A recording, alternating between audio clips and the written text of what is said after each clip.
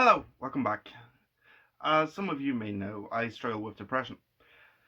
And 2 weeks ago, yeah, about that, a friend of mine was found, and a week ago they established that, well, this was of his own volition that he ended his life. And, well, that didn't. That struck me with a bit of surprise because I didn't even know that he struggled with depression, or at least not to that degree at all, but unfortunately, that's how it is for some people that they choose or they have a tendency to not show it. I'm not among them. I show it on my sleeve, basically. And I'm open about it because I don't see really why I shouldn't be. I don't see the stigma at all. I don't know if that's because of the autism in this part of me or if there's anything else there. But anywho, the depression really struck me hard when I knew that or when I heard it. Because I don't really know why. I don't feel that loss really because I see a lot of comfort in scientific methods because I'm an agnostic. I don't know really what's out there, but I believe in what I can measure, which is basically science in a nutshell. Like I can quantify some things, I can establish a few parameters. The laws of physics apply to most situations, and the conservation of energy as well. Like energy can't be created, and the energy that he had or that was with him is still amongst us. So I just make sure that if a situation happens and I know that he would laugh of it, I laugh on his behalf as well. And just in the last 2 weeks, I found myself talking, well, to myself a lot more because that's how I process things. That's how I think. And I also talk a bit almost to him like he's there because in some shape or form he is in my memory. And I know that's something that he would have liked. And if I play a game of pool like we usually did a lot of times when I saw him, I have a tendency to, well, try and show off. Just, I don't know why, just want to have some fun, even if he is not around. And I there has been a lot of times now in the last 2 weeks where I just have walked around. I have been uneasy, just on the edge constantly, and during the last week, from last Tuesday to now, I've really noticed that depression came back because I just have been drained basically. And during the weekend and a bit before that, I talked a bit about this because I was uneasy of whether or not I should go back to the meds. You know, the medication that made me want to do the things. Yeah, I didn't really want to do those. At the same time, I know that, okay, if I don't take them, things won't be that much better. But if you can't really talk to the depression that much, it's just a constant targeting and it wants to throw your head out into a battlefield, armed with a spoon. Good luck. Then how I felt it was like, okay, fine, I have the MAD treaty here, mutual assured destruction. Like I can take these, they will lower me to about the same level, but I'll get back in 6 hours. But I don't want to be that low. So if you don't lower me to that level, I won't take it. But if you do, fuck you, depression. Boom. I'll take one. So that managed to hold it up for about 9 hours on Friday, I think it was. Since then, it has been up and down because I've taken some of the meds because they help, but they trigger ADHD. I found out yesterday.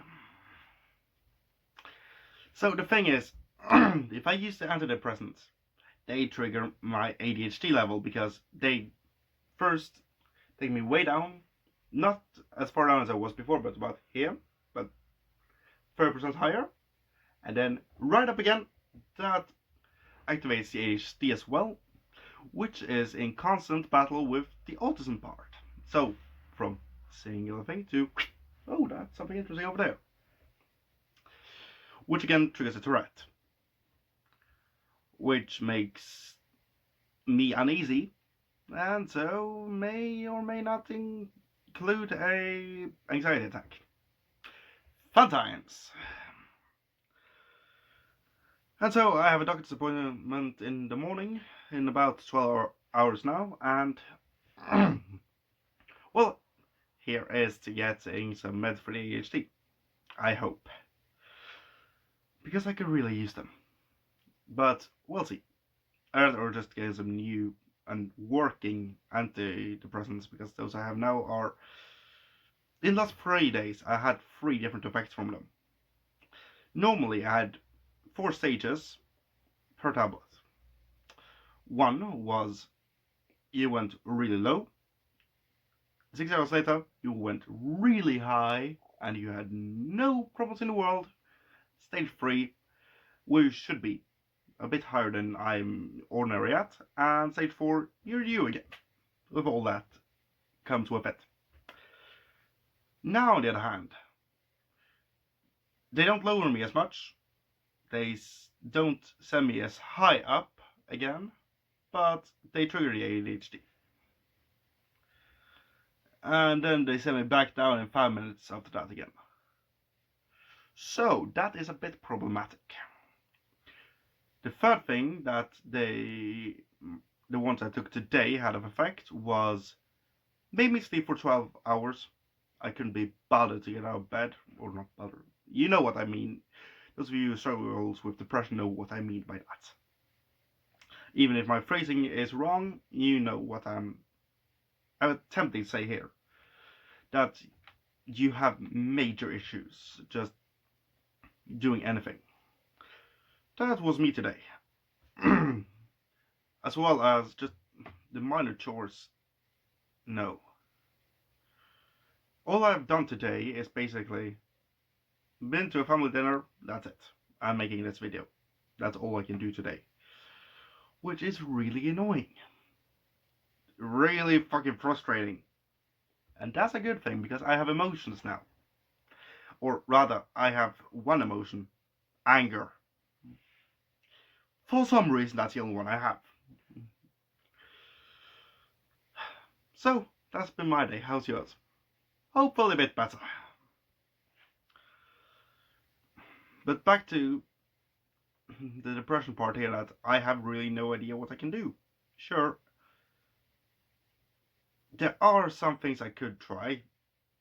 New medication, sure, I really would like to try that. But I need something that works both on short and long term.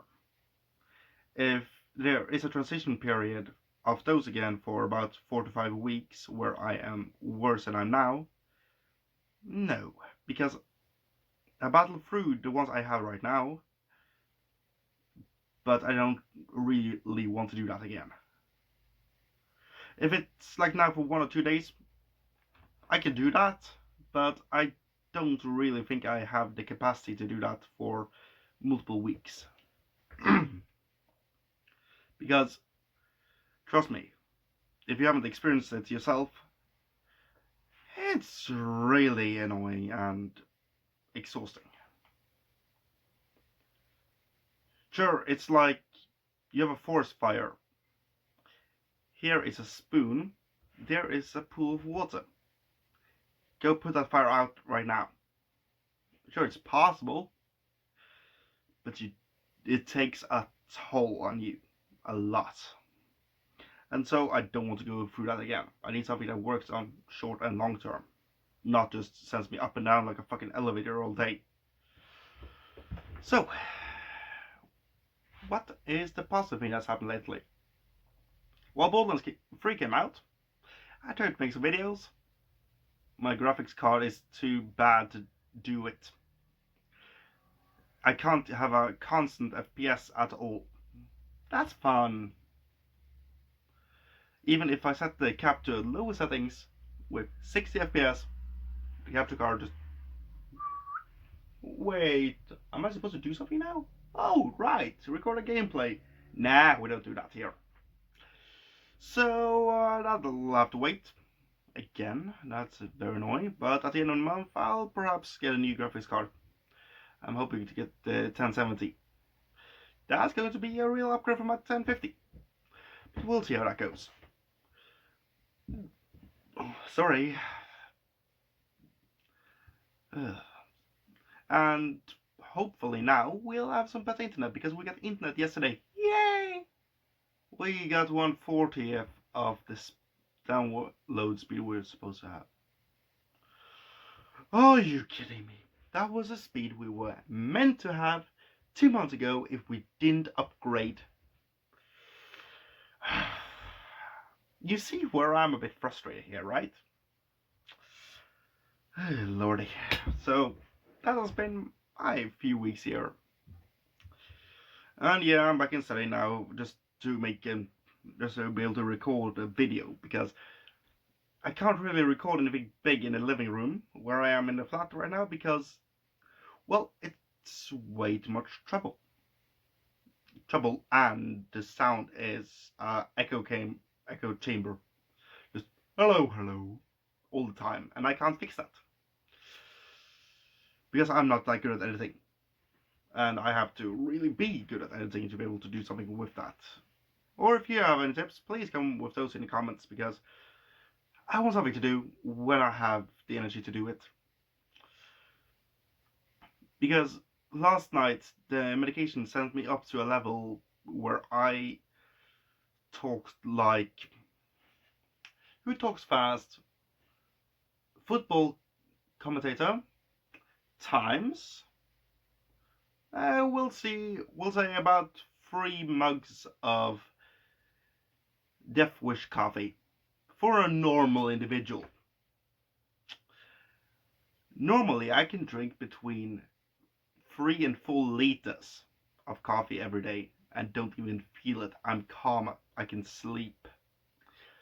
On the meds, meanwhile, they mess up the ADHD completely. So if I take my normal amount of coffee, 3-4 liters,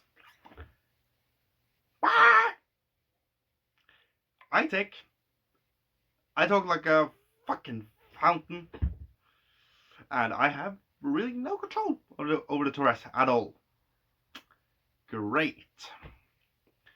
So, to be able to slow down and help up the depression, I need to take medicine to activate the ADHD, which is currently active, as you can notice now by me talking really fast, which is very annoying for me because, well, I don't really intend to talk this fast. So I need some medication to calm down that, but here's the problem. Tourette again. Any medication that may help the ADHD may also cause more tics. Yeah, but when the ADHD is really powerful, that will trigger Tourette in itself. Don't you see the big conundrum here? Hey doctor, can I have some medication? Yeah, but you don't seem to have that strong ADHD. Yeah, about that! Let's talk, shall we? Because the problem isn't that it's always on, the problem is that it's constantly in a battle with the autistic part. Batman versus the Joker. Immovable object, unrelenting force, and we'll see what the fuck happens out of that. Shall we?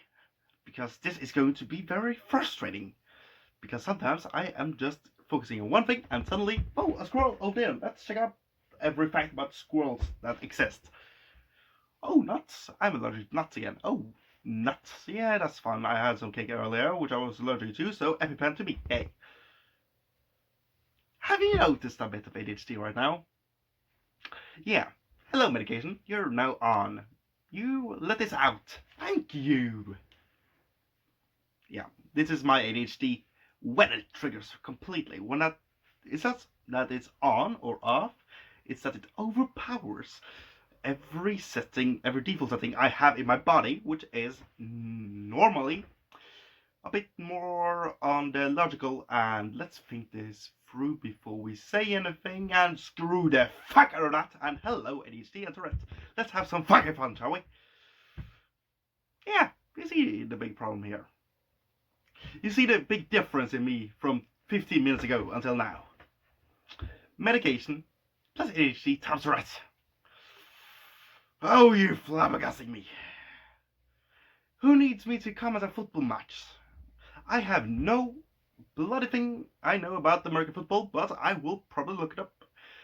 I have no idea about any of the rules, but let's see if I can score a field goal or two. Yeah, I'm a bit energetic right now because the medication activated. I'm on the upswing now. There's a bit of a difference here. And everyone can see that. And the problem is, I have no idea to know how long I'm on the upswing. That could be for 5 minutes, 5 hours, or 5 seconds. And you want to do everything when that happens, since you have the possibility to do so. Like, I would really want to write a review of Borderlands 3 right now. I want to write 10 pages on it. I have about 1 page I can write on, and yeah, the paper comes out tomorrow. I can do that. If it holds up. And if everyone's at work. But I could at least write the entire review, or go through a lot of more shit. I could read up on a lot of curriculum, but I can't focus. Because ADHD. So that is the problem. Like now for the last 4 minutes, you saw me high in energy. Now the upswing is a bit lower again. So that's the issue. Welcome to depression. 101. How to fucking deal with medication that doesn't really does what it should be. And now I'm tired.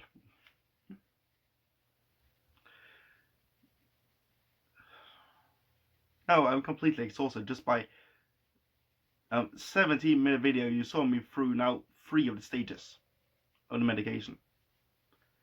Stage 1 when I began the episode, or video here, and I was still downwards. Then about 5 minutes ago when I really ticked off. And now I'm at a more level mood. Yeah. And I'm completely drained now because I have no idea of knowing how long things last. Like 3 minutes ago, if I could maintain that level, that would be great. I could do a ton of shit. But as it is right now, I can barely sit here and do anything without just zoning out all the time. And that is how my depression works, how, well, I work. Which is the issue. No one works the same. And that is a big problem. But also a great virtue. Great strength, really. Because if everyone was the same, that would be really boring. And as such, let's try not to do that. I was going to say there that everyone should just be themselves, but then again, often you want to be someone else that has skills that you don't have usually. You often want to be a bit different. And that's okay to want that. Just make sure that you don't burn yourself out on trying it. Don't make the climb too high for you to, well, you have to withstand a fall or two there. And I think that is why when I started studying education theory, that when I was attending that course that was completely bullshit for me, the problem there was that I was highly motivated to study it, to work with it, because I knew I was right and they were wrong, and I had that spite in me that I know how this works. I've read on the theory, and it's in direct contrary to what you believe science is. Like, you sit on a ton of knowledge. Good. But you have to use it in a good manner. Don't try and explain something in just grounded in theory to someone with that background. You don't go to a victim of a war with a history book and explain to them how it was during the war. That's the same thing with mental issues. Listen to them, properly listen, process it, and think to yourself, okay, what can I do to help you? And then you find a common ground, a common way to try something out. But don't expect any and all method to just work like that. That's not how it works. That's not how anything works. And trust me, we really want to work. But we have to be in the right mindset. Because, sure, if I had a job waiting for me tomorrow, I could try it. But the way my depression is right now, I don't want to attempt it just because I know that I would be burned out both physically and mentally in less than a week. And it would be a way longer way back. So I just need to right now, well, get better some way, shape, or form before I can attempt something like that. Because as it is right now, don't really want to fall again. And that's it for this time. Let's go out.